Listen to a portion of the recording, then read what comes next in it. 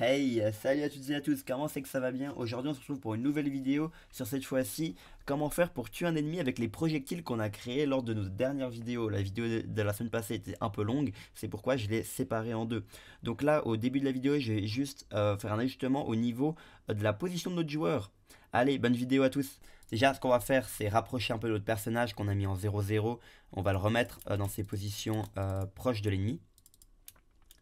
Hop là, en 3900. Vous pouvez le constater, le collider de notre ennemi, il est un peu tout petit. Donc déjà, ça, on va l'agrandir.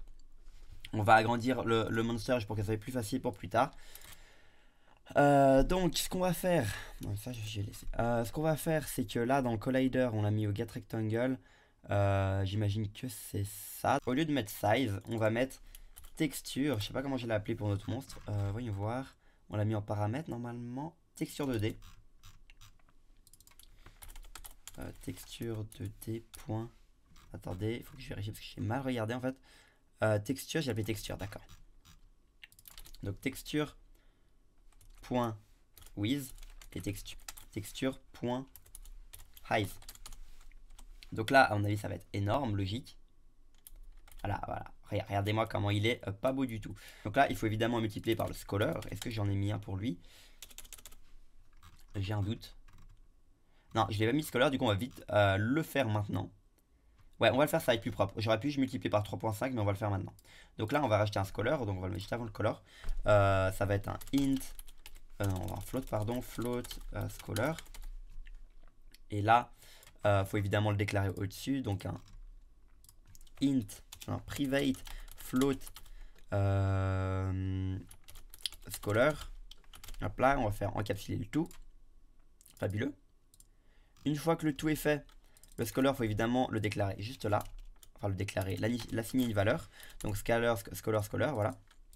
Et évidemment, le mettre donc dans le New Spreadsheet Animation. Incroyable.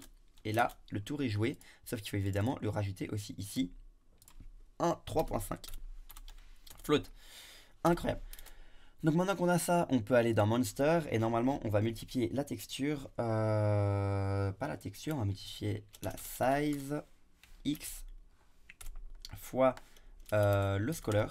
Hop là. Et il faut évidemment mettre le tout en parenthèse avec devant un caster pour spécifier que c'est bien un int, pardon, un int, et faire de même de l'autre côté, mais cette fois-ci pour la valeur y pour la hauteur, donc de la texture du personnage, pardon. Donc là on va voir qu'est-ce qu'il nous raconte de mauvais. Hop, monster ne contient pas de... Ah, j'ai mis une virgule au lieu de mettre un point. Hop là, faites attention, évidemment c'est des points en informatique, enfin plutôt en C#, et là ça me dit quoi? J'ai oublié un virgule point. Hop là. Et là, normalement, ça devrait fonctionner, à moins que j'ai oublié un truc. Bah, la virgule, encore, j'oublie pas mal de choses aujourd'hui. Faudrait que je dorme un peu plus la nuit. Donc, maintenant qu'on a ça, on peut voir que la collision, elle est un peu meilleure. On peut peut-être la diviser par deux, franchement. C'est mon sprite qui est un peu trop épais. Quand je l'ai confectionné pour vous, vous n'aurez peut-être pas le souci. Donc là, je l'ai fait où la collision? C'est juste ici. Donc pour le X, on va juste diviser le tout par 2. Ça devrait fonctionner comme ça. Voilà, maintenant une collision bien plus propre qu'on pourra tirer dessus. Donc maintenant qu'on a ça, on va faire une nouvelle fonction. On va faire une fonction qui s'appellera public void is attacked, qui va prendre en paramètre notre range weapon. Qu'est-ce qu'elle possède? Elle possède donc un rectangle de base. Donc il va prendre un rectangle en paramètre. Du coup rectangle, fabuleux. Et encore comme d'hab, vous avez l'habitude, if rectangle point intersect quoi? Bah son collider. Donc collider, je l'ai appelé comment? Hop là, je l'ai appelé getRectangle.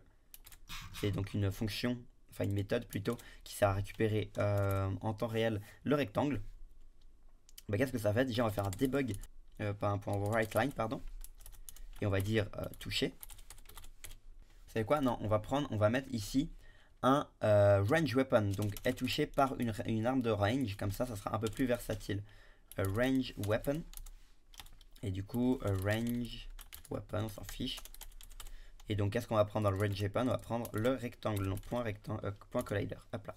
L'arme, ça rentrera dedans et ça ira vérifier. Donc ça, on va le mettre dans l'update. Vérifier si ça marche bel et bien. Je pense avoir oublié un truc, je sais pas encore quoi, mais je pense l'avoir oublié. Is attaqued, qu'est-ce qu'il nous raconte? Il nous veut une range weapon. Bah voilà, il nous faut le range weapon. Du coup, ce qu'on va faire plutôt, au lieu de passer en paramètres, bon ça on peut le laisser là, mais au lieu de le mettre en paramètres, on va faire un poil plus large. C'est que normalement notre range weapon, on l'a mis en paramètres, on a fait une liste, non? Ouais, global all bullet. On a fait ça. Donc on va réutiliser ça, c'est pratique. On va faire un for each qui va parcourir toutes nos balles. For each global all bullet, hop là. Donc on va parcourir toutes les balles qui sont créées. Et si jamais une des bolettes a son collider qui touche l'ennemi, bah ça fera un debug.writeLine touché. On peut tester ça tout de suite. Normalement, il ne devrait pas avoir d'erreur. Ok, vous voyez rien pour l'instant. Touche. Ok, très étrange pour le moment. Rien ne se passe. Ok, on va déjà vérifier si jamais ça rentre dans la condition. Allez, pardon, ça on doit dégager parce que initialement on n'a pas de balle. Donc pour le moment on n'a rien.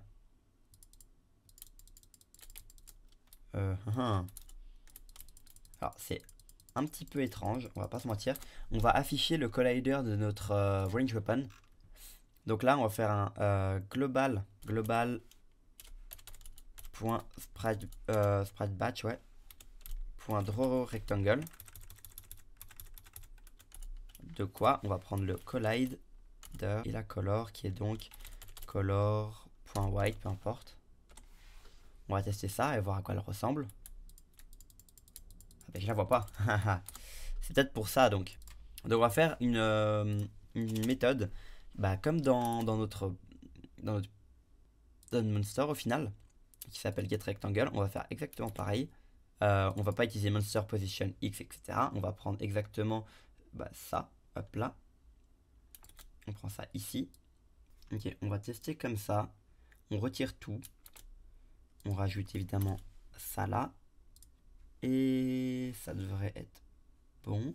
Du coup, le getRectangle, il va aller à la place de ça. Et le getRectangle, on le met... Bah, pas besoin de le mettre en haut.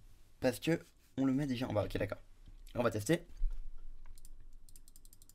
Est-ce que vous voyez quoi que ce soit? Non. Donc, on va rapidement tester un truc. Ok, pardon. Il faut mettre le getRectangle dans le draw quand même. Ça serait un peu mieux. Voilà, donc là on peut voir bien le collider est là, autour de la balle. Ok, donc au final on voit bien que notre collider est là, donc on va vérifier le monster. Qu'est-ce qu'il ne joue pas chez lui? Parce que c'est probablement chez lui. GetRectangle, et là du coup on va évidemment mettre le GetRectangle. Hop là. Et on va donc tester ça. Normalement ça devrait mieux marcher. Et voilà, et là on le touche énormément de fois parce qu'il reste dedans. Donc on doit quand même rajouter un cooldown.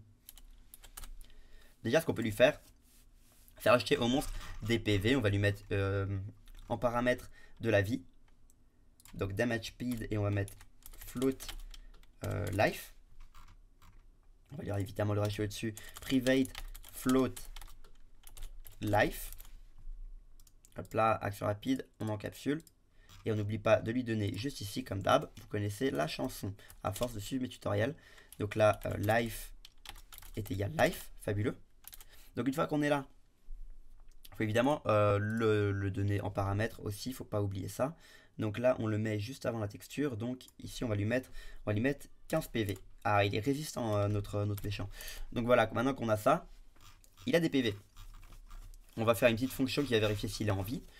Donc on va faire un public void is alive. Pardon, on va le mettre en booléen. Hop là, booléen is alive. Oups. Et ça va vérifier if life est plus grand que 0. Retourne true. Else false. Voilà, donc ça va retourner. Retourne, pardon. Retourne false. Donc tant qu'il est en vie, tant que sa vie est plus grande que 0, bah, il est en vie, sinon il est mort. Voilà. Donc là, ce qu'on va faire, c'est qu'on va vérifier. Bon, on va le vérifier ici, is attacked. Voilà. Donc, si jamais il est attaqué et qu'il est mort, on va faire une fonction is attacked. Ouais, non, en fait, on va faire ici. On va le faire juste en dessous. If n'est pas alive, si jamais il est mort, alors tease. Pardon, on va faire. Est-ce qu'on a fait une liste des monstres? Je me rappelle plus. On n'a pas fait de liste de monstres, du coup on va aller dans global.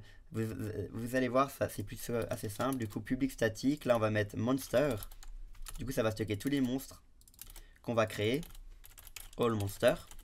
Une fois que c'est fait, vous allez faire en sorte que quand on l'instancie, on va faire un global.allmonster.add de cette classe, enfin de cette instanciation, sera racheté dans la liste. Une fois qu'on a ça, on prend le global allmonster et on va parcourir le tableau quand il est mort. Et for each item global allmonster si jamais il est mort, on va juste le tuer. On pourrait le mettre dans ça serait plus intelligent de le mettre dans un game manager, mais étant donné qu'on n'en a pas, on va le mettre ici. Et donc là, ça va faire un global allmonster.remove de monster. Et ce qu'on va faire, c'est donc un break pour sortir de la boucle sans casser tout le programme. Donc maintenant qu'on a ça, il faut évidemment faire en sorte qu'il prenne des dégâts à chaque fois qu'il se fait toucher par une balle. Donc là, on va faire monster, enfin life, moins égal, pardon, bullet, et bullet quoi, point damage, hop là, fabuleux. Et là, on va tester. Normalement, il va mourir très rapidement parce que ça va le traverser très rapidement. Donc là, on va voir. Ok, il n'a pas l'air de mourir et il est un peu trop résistant à mon goût. Donc là, on va mettre un point d'arrêt, vérifier combien de damage on fait. Ok, damage il vaut combien? Il vaut 3. Life il vaut combien? 15, d'accord. On va avancer dans le débugage. Ça, je vous montrerai dans une vidéo comment ça marche. Hop là, on passe à là.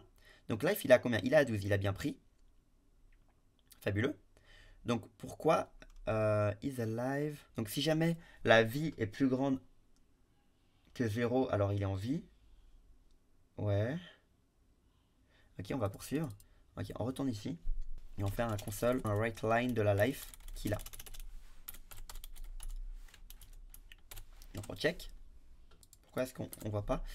Ça, on peut retirer le toucher maintenant qu'on le connaît. À mon avis, ça a dû cacher notre opération de dégâts.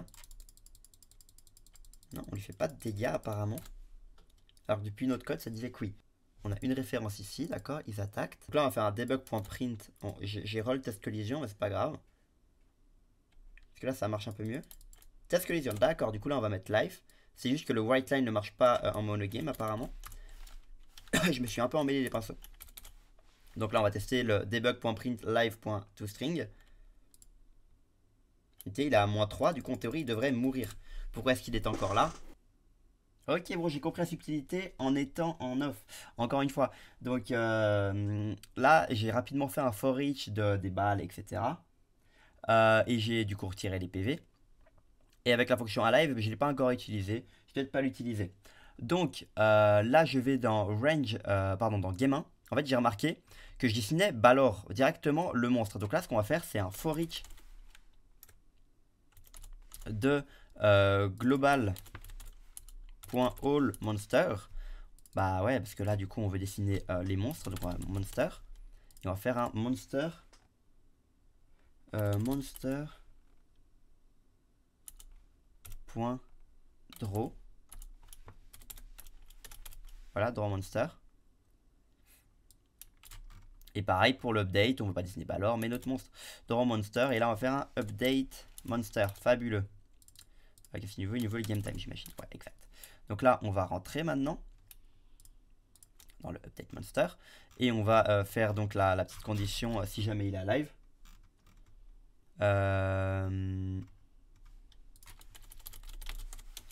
Et on va vérifier if il est live. On rentre pas dedans. Pardon. if il est alive,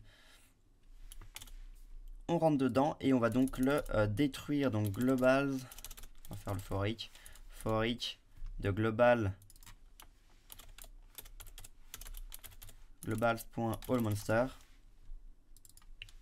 Et on va cette fois-ci le remove comme on voulait le faire. J'ai pas encore testé, mais dans ma théorie, c'est ça le problème. GlobalMonster.remove tease et on met le break et normalement ça devrait être top.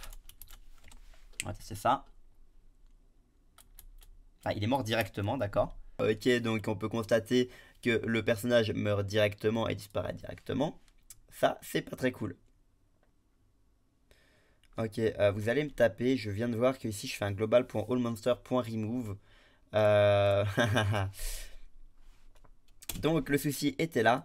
Ce qu'on va faire, c'est donc une vérification de if monster.isAlive il est égal à false, donc on met un point d'exclamation devant. Et bien alors là, on va supprimer, sinon il n'y a pas de raison. Il faut mettre les parenthèses, évidemment. Est-ce que je le faisais déjà en bas? On va check. Monster draw, on le fait ici, donc voilà, maintenant ça devrait fonctionner un petit peu mieux. Vous allez le voir que ça marche mieux. Voilà, et là on tire, il meurt, il disparaît, fabuleux. Sauf que là, on l'a one-shot, donc on va vite fait conclure cette vidéo en rajoutant un petit cooldown entre les dégâts qui se prend. On va mettre un petit cooldown de quelques secondes. Donc là on va le faire un peu en mode speed time, enfin rapidement. Parce que la vidéo est déjà assez longue comme ça. Je suis navré mais c'était un peu plus long que prévu. J'espère que vous aurez vraiment compris un peu comment faire de votre côté pour vos projets. Si jamais vous ne suivez pas à la lettre mes tutos.